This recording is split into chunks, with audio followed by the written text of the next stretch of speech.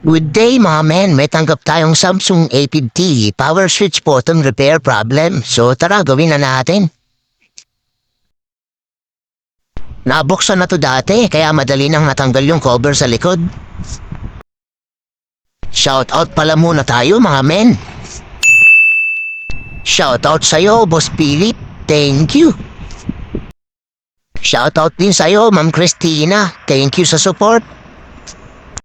Shoutout din sa'yo, paring Mark. Thank you sa like at support. Sa mga palaging sumusuporta, mabuhay kayo mga men. So yun, tinatanggal na natin yung mga tornilyo. Cut video na nga pala to mga men para maikli na lang yung video natin, di ganun kaaba. Follow my FB page nga pala mga men para updated kayo sa mga video natin. Sa mga gusto palang magpagawa, PM nyo lang ako. Discount ba hanap nyo? Pag-usapan natin yan mga men.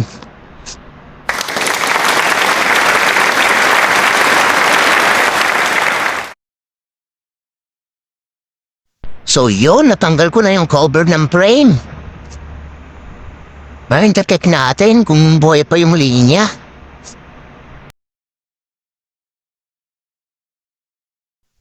Okay naman kasi may response yung contact niya.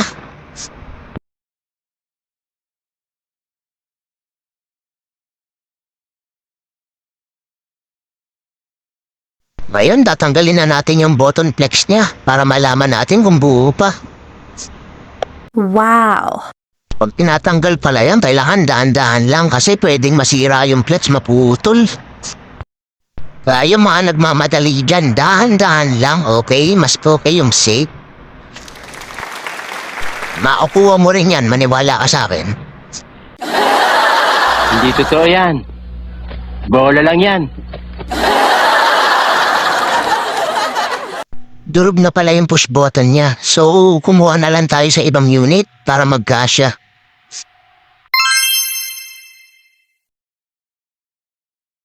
Ayan, tinas ko yung linya niya. Papalitan din pala yung button.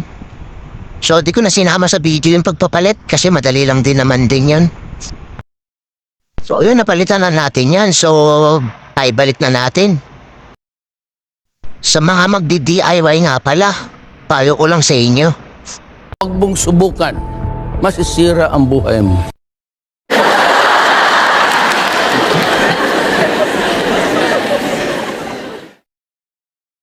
So yun, okay naman, gumagana na.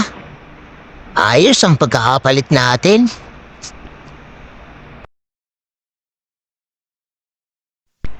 Bala ko sanang tanggalin yung dikit ng back cover eh. Kaso, yung print niya sasama na pag tinanggal natin. So, nag-decide ako na patungan na lang ulit ng pandikit. May tendency kasing masira na yung design sa likod pag pinilit nating bakbakin.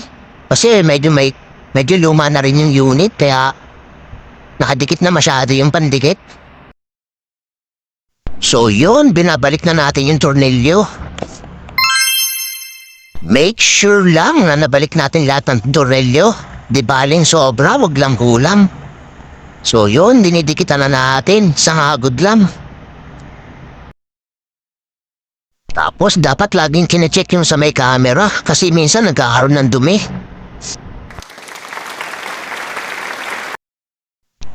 Nabalik na natin lahat. So ngayon, tetestingin natin kung working ba. Ayos, perfect, 200%, full power.